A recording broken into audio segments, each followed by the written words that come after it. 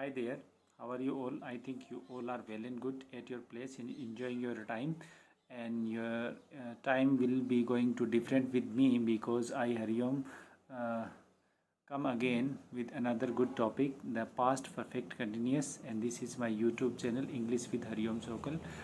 Today we will discuss about this topic and how to understand and grasp about this topic. तो आज हम बिना वक्त गवाए इस टॉपिक को पढ़ेंगे।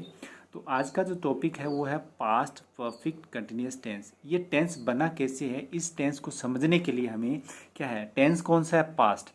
तो अब तक आपने अगर मेरे इससे पहले वाले 3 video past simple, past continuous और पास्ट परफेक्ट को देख चुके हो तो ये बात समझ चुके हो कि पास्ट टेंस को बनाने के लिए वर्ब की कौन सी फॉर्म चाहिए। वर्ब की हमें सेकंड फॉर्म ऑफ वर्ब चाहिए। वर्ब की कौन सी फॉर्म चाहिए, यहाँ देखो, वर्ब की सेकंड फॉर्म हमें चाहिए।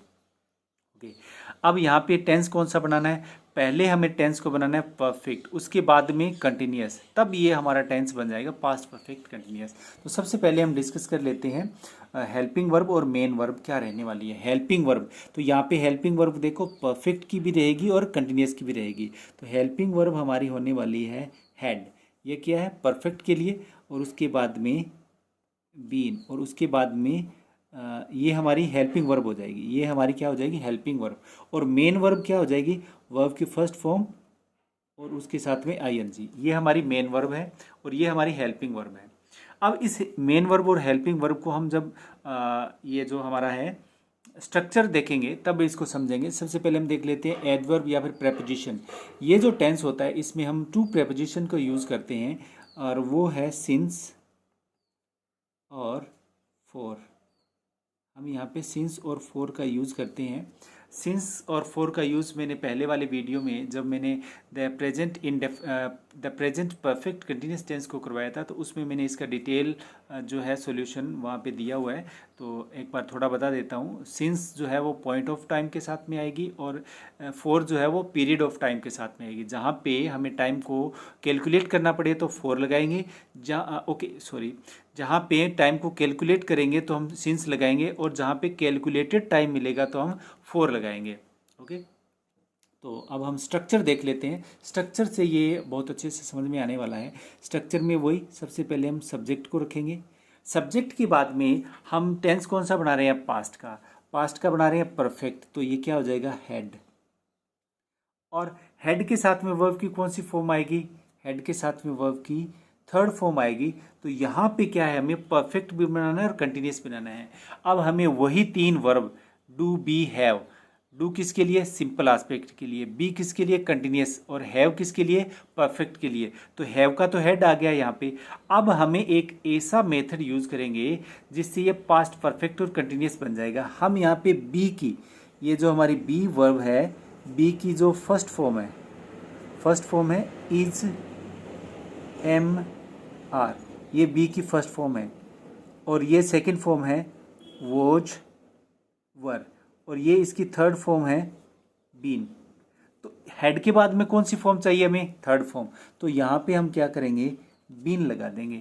अब बी के बाद में भी आईएनजी लिख सकते हैं, इजेमआर के बाद में भी आईएनजी लिख सकते हैं, वोजवर के बाद में भी आईएनजी लिख सकते हैं।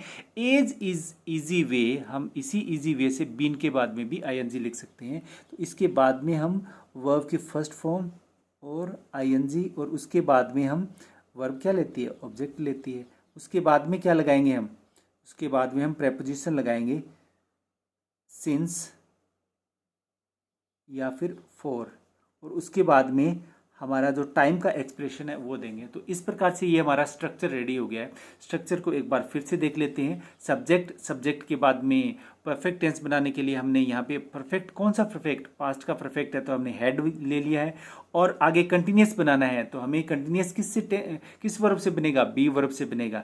तो इसके साथ में हम क्या लगाएंगे, वर्ब की थर्ड फॉर्म लगाएंगे। तो हमने बीन यूज कर लिया यहाँ पे, ये वर्ब की थर्ड फॉर्म है। तो ये इतना जो पार्ट है ये हमारा परफेक्ट हो गया है। अब ये आगे हमारा कंटिन्यूस बन रहा है, इसीलिए ये टेंस क्या बना है, परफेक्ट कंटिन्यूस, पास्ट परफेक्ट। ये सेकंड फॉर्म है तो पास्ट परफेक्ट हो जाएगा। यहाँ पे अगर फर्स्ट फॉर्म है तो क्या हो जाएगा, प्रेजेंट परफेक्ट हो जाएगा। ये मैंने पहले वाले वीडियो में बना रखा है। ओके, अब इसको हम देख लेते हैं। अब ये हमारा स्ट्रक्चर रेडी हो गया है। इतना अगर समझ में आ गया है तो बीन के बाद में हम आईएनजी फॉर्म लगाएंगे वर्ब के फर्स्ट फॉर्म के साथ में, उसके बाद में ऑब्जेक्ट, उसके बाद में हम सिंस और फॉर प्रेपोजिशन यूज करेंगे, उसके साथ में टाइम का एक्सप्रेशन देंगे। जब हम एग्जाम्पल करेंगे तो इसको और समझेंगे।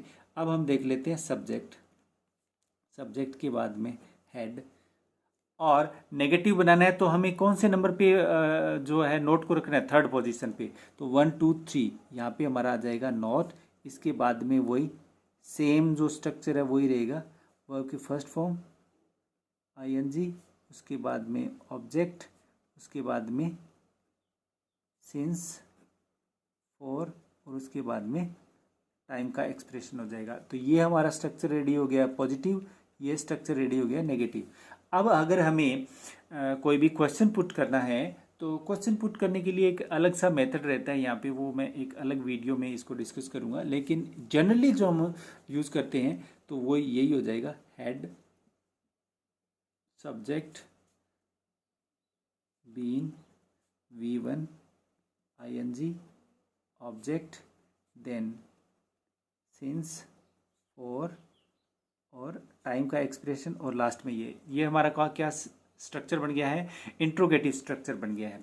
अब अगर WH वर्ड के साथ में लिखना है तो WH वर्ड लिखाएंगे, और बाद में ये पूरा का पूरा जो है यहाँ पे डू कर देंगे, और ये हमारा स्ट्रक्चर। इतना तो आप कर ही सकते हो अगर आप मेरी वीडियो लगातार देख रहे हो। तो इस स्ट्रक्चर को आप बना के और कमेंट बॉक्स में लिखना, मैं वेट करूँगा।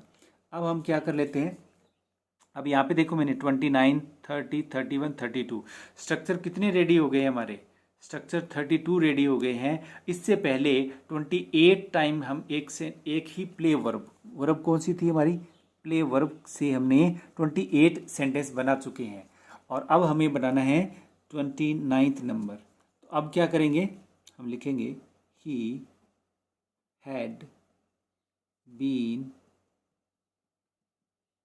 Playing football. अगर हम यहाँ पे लिखते हैं सिंस, सिंस क्या लगाएंगे, सिंस मॉर्निंग लगा सकते हैं। ओके, अगर हम यहाँ पे लिखते हैं फॉर 2 आवर्स, हम दोनों फोर के साथ में देखो 2 कैलकुलेटेड टाइम है, सिंस के साथ में मॉर्निंग से लेके कितना टाइम हो गया उसको काउंट करना पड़ेगा, तो हम सिंस लगाएंगे। तो ये इस प्रेपोजिशन का रोल है।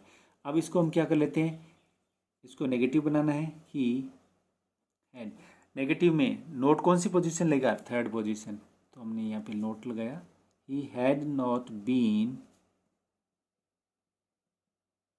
Playing football since morning. तो ये हमारा कौन सा सेंटेंस है, पॉजिटिव सेंटेंस है। ये हमारा कौन सा सेंटेंस है, नेगेटिव सेंटेंस है। जब नेगेटिव सेंटेंस हमने बनाया है तो इसमें नोट को कौन सी पोजीशन ले रहा है, थर्ड पोजीशन ले रहा है। तो इसका मतलब वो सुबह से कुछ और कर रहा है, फुटबॉल नहीं खेल रहा है। ओके, तो अब हमारा जो आगे का है 31 नंबर, 31 नंबर में हम क्या करते हैं, क्लोज एंडेड क्वेश्चन बनाते हैं। Close ended question, had he been playing football since morning, और ये हमारा क्लोज एंडेड। अब WH वर्ड के साथ में, WH वर्ड के साथ में आप बनाओगे। अगर आपसे नहीं बन रहा है आप कमेंट बॉक्स में दोगे तो फिर मैं इसको, इससे पहले वाले वीडियो में 2 सेंटेंसेस पेंडिंग है, इसके 2 सेंटेंसेस पेंडिंग है, इसके लिए एक नेक्स्ट वीडियो हम रेडी करेंगे। ओके, अब इसके यूसेज देख लेते हैं। ये बड़ा सिंपल है, कोई ज़्यादा इसमें समझने वाली बात नहीं है। अगर आप कंसेप्ट पूरा समझ चुके हैं तो इसको बड़ी आसानी से समझ सकते हैं। परफेक्ट और कंटिन्यूस दोनों को मिक्स करने का ही सेंटेंस है ये टेंस जो है वो आस्पेक्ट है। It is use to express, इसका कुछ बताने के लिए यूज किया जाता है। An action which began at some time in the past and was in progress at some times later in the past. यानी ये हमारी टाइमलाइन है और हम यहाँ पे हैं। ये कोई एक्शन यहाँ से स्टार्ट हुआ था और यहाँ तक कंप्लीट हो गया, उसके बाद में ये आगे भी पास्ट में जारी रहने के लिए रहेगा। कितना जारी रहता है, कहाँ तक रहता है, ये हमें पता नहीं है। इस प्रकार का जो एक्शन होता है उसको बताने के लिए हम the past perfect continuous tense का यूज़ करते हैं। तो ये जो सेंटेंसेस हैं यही एग्जाम्पल सेम यहाँ पे रहने वाले हैं। जैसे मान लो कि कोई भी व्यक्ति है, उसने कुछ काम स्टार्ट तो कर दिया है लेकिन कुछ पार्ट उसका कंप्लीट हो गया है। जैसे Mr Verma had been writing a novel since. अब यहाँ पे हमें टाइम देना है। टाइम कितना, मतलब कि वो कौन से महीने से दे रहे हैं। सिंस में हम यहाँ पे जैसे अभी 23 चल रहा है तो मान लो कि वो 22 से सिंस 2021, यानी कोई नोवेल है, अब नोवेल को लिखने के लिए 2-3 ईयर्स लग जाते हैं, तो अभी मतलब हो सकता है इस टाइम में कंप्लीट होने वाली हो। Mr Verma had been writing a novel since 2021, तो वो कर रहे थे। और ये हमारी टाइमलाइन हो गई। अब हम यहाँ पे 23 में हैं, 2023 में है, और यहाँ से जब देखा था तो इतना तो कुछ पार्ट तो कंप्लीट कर लिया गया था लेकिन पूरी कंप्लीट नहीं हुई। यहाँ कब तक हुई ये हमने जानकारी नहीं दी है, ये हमने जानकारी को हिडन रखा है। तो इस प्रकार के कुछ एक्सप्रेशन होते हैं, उनको बताने के लिए इस टेंस का यूज़ किया जाता है। अगर आपने वीडियो को अंत तक देखा है, thanks for watching this video.